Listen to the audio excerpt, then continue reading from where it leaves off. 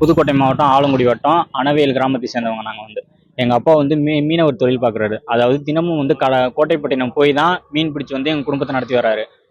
என்ன பண்ணுறேன், எங்கள் அண்ணன் வந்து ரொம்ப நாளாக வீட்டிலே இருக்கிறோம், ரொம்ப கடன் தொல்லையாக இருக்குன்றதுனால ஃபாரின் போகிறதுக்காக, அதாவது ரஷ்யா போகிறதுக்காக ரெடி பண்ணார். அதனால திருநெல்வேலியில் இருக்கிற ஏஜென்ட் வடிவேல் பிள்ளைன்ற ஏஜென்ட் மூலியமா வந்து பணம் கட்டி அவரை ரஷ்யா அனுப்பிச்சு வைக்கிறேன் அப்படின்னு சொல்லியிருந்தார்.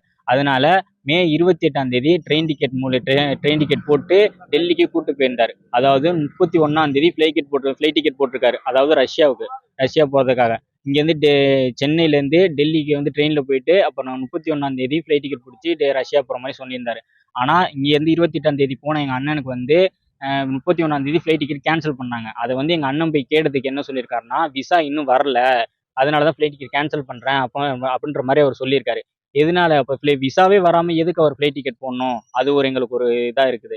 அது மட்டும் இல்லாமல் அதுக்கப்புறம் வந்து இன்னும் கொஞ்ச நாள் வெயிட் பண்ணுங்க, நான் பண்ணி தரேன் அப்படின்னு சொல்லியிருக்காரு. அதை நம்பி எங்கள் அண்ணன் அதனால சரி இவ்வளோ தூரம் வந்துட்டோம், வீட்டுக்கு போவேனா, இங்கேயே இருந்து போயிடுவோம் எப்படியாச்சும், ஏன்னா கடன் உடனே வாங்கி தானே அப்பா நம்மளை அனுப்பிச்சு விட்டாங்க அப்படின்ற காரணத்துல அங்கேயே இருந்து ரூம்ல ஸ்டே பண்ணி இருந்திருக்காப்புல. அது கடைசி என்னாச்சுன்னா ஜூன் 5 திரும்ப ஃப்ளைட் டிக்கெட் போட்டிருக்காரு. அப்பையில வந்து அதுவும் வந்து கேன்சல் பண்ணியிருக்காங்க. அதையும் எங்கள் அண்ணன் போய் கேட்டிருக்கான், எதுக்காக ஃப்ளைட் டிக்கெட் திரும்பவும் கேன்சல் பண்ணீங்க அப்படின்னு. அதுக்கு அவங்க காரணம் என்ன சொல்லியிருக்காங்கன்னா, விசாவில் வந்து ஃபோட்டோ தப்பாக இருக்குது, நேம் மாதிரி வந்திருக்கு, அதை நான் கரெக்ஷன் பண்ணி அனுப்பிச்சிருக்கேன், ஆனால் அதுக்கான ப்ரூஃப் அவரை கொடுக்கல, நான் கரெக்ஷன் பண்ணி அனுப்பிச்சிட்டேன்ற மாதிரி மட்டும்தான் சொல்லியிருக்காரு. இது ரொம்ப ரொம்ப பணம் போச்சு, இவர் இப்படியே சொல்லிட்டு இருக்காரு, நம்ம வந்து ஒரு மாதத்துக்கு மேலே ஆயிடுச்சு அப்படின்னு ரொம்ப மன உளைச்சலாகி இருந்திருக்காப்புல. திரும்ப ரிட்டர்ன் அமௌண்ட்டும் கேட்டிருக்காப்புல. கேட்டதுக்கு அவர் அதுக்கு எந்த ஒரு பேமெண்ட் லிஸ்ட் வந்து ஒன்று அனுப்பிச்சிருக்காரு. அதில் வந்து ரஷ்யான்றதுக்கே அந்த ஸ்பெல்லிங் மிஸ்டேக், அதாவது நான் இவ்வளோ அமௌண்ட்டை கட்டியிருக்கேன், கொடுத்த அமௌண்ட்டில் அப்படின்ற 500 தான் பில்லு, நீ திரும்ப நீ கட்டுற மாதிரி இருக்கும் அப்படின்ற மாதிரி ஒரு பில் பேமெண்ட் காட்டியிருக்காரு. அதோட ப்ரூஃப் என்கிட்ட ஃபோனில் இருக்குது, எங்கள் அண்ணன் ஃபோனில் இருக்குது, அதையும் நான் எடுத்து வச்சிருக்கேன். ஆனால் அதில் வந்து ரஷ்யான்றதுக்கே ஸ்பெல்லிங் தப்பு. அப்படி வந்து ஒரு எம்எஸ்சியில் பணம் கட்டியிருக்கோம் அப்படின்னா அதுக்கான ப்ரூஃப் வந்து இவ்வளோ மிஸ்டேக் கூட, ஸ்பெல்லிங் மிஸ்டேக் கூட இருக்குமா அப்படின்ற ஒரு குறிக்கோளுங்க எங்களுக்கு ஒரு ஆதாரமாக கிடச்சிருக்கு. இது மாதிரி அவர் ஃபோனில் வந்து நிறைய ஆதாரங்களுக்கு கிடச்சிருக்கு. எங்கள் அண்ணன் வந்து வடிவேல் பிள்ளைகிட்ட அமௌண்ட் ஏமாந்துட்டேன், இதுக்கு மேலே அவர் அனுப்புவார் என்னன்னு தெரியல அப்படின்னு சொல்லி நிறைய பேர்கிட்ட அவரோட ஃப்ரெண்ட்ஸுகள்கிட்ட இதோட ஃபோனில் வந்து பகிர்ந்துருக்காரு. அதோட ஆடியோ ரெக்கார்டிங் எல்லாமே இருக்குது. வடிவேல் பிள்ளையோட ஃபோட்டோ, அவரோட அட்ரஸ், கம்மின்னு இருக்குது, எல்லாமே எங்கள்கிட்ட இருக்குது. இதுக்கான தீர்வு வந்து எங்களுக்கு பணம் இவ்வளோ கட்டியிருக்கோம், அதை விட வந்து எங்களுக்கு என்னன்னா, எங்கள் அண்ணன் உயிர் போயிடுச்சு, அதை ஹார்ட் அட்டாக்ன்ற மாதிரி சொல்றாங்க.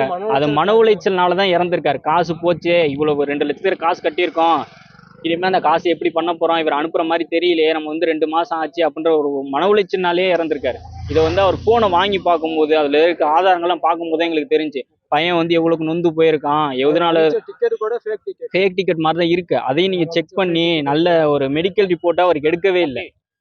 என்ன பண்ணணும், வடிவேல் அந்த ஏஜென்ட் மேலேயும் என்ன பண்ணணும், என்ன கோரிக்கை கொடுத்துருக்கீங்க? வடிவேல் பிள்ளையை அரெஸ்ட் பண்ணணும். அவர்கிட்ட கட்டின அமௌண்ட் வந்து எங்களை மாதிரி இன்னும் நிறைய பேர் இருப்பாங்க, அவங்களோட அமௌண்ட்டும் அவங்களுக்கு ரீஃபண்ட் ஆகணும். அது இல்லாமல் எங்க குடும்பத்துக்கு உங்களால் முடிஞ்ச ஏதாச்சும் நல்லது பண்ண முடியும். வடிவேல் பிள்ளையை சும்மா விடக்கூடாது. பிளே ஸ்டோர் மற்றும் ஆப் ஸ்டோரில் இருந்து பாலிமர் செயலியை QR கோடு மூலம் பதிவிறக்கம் செய்யுங்கள். செய்திகளை உடனுக்குடன் பெறுங்கள்.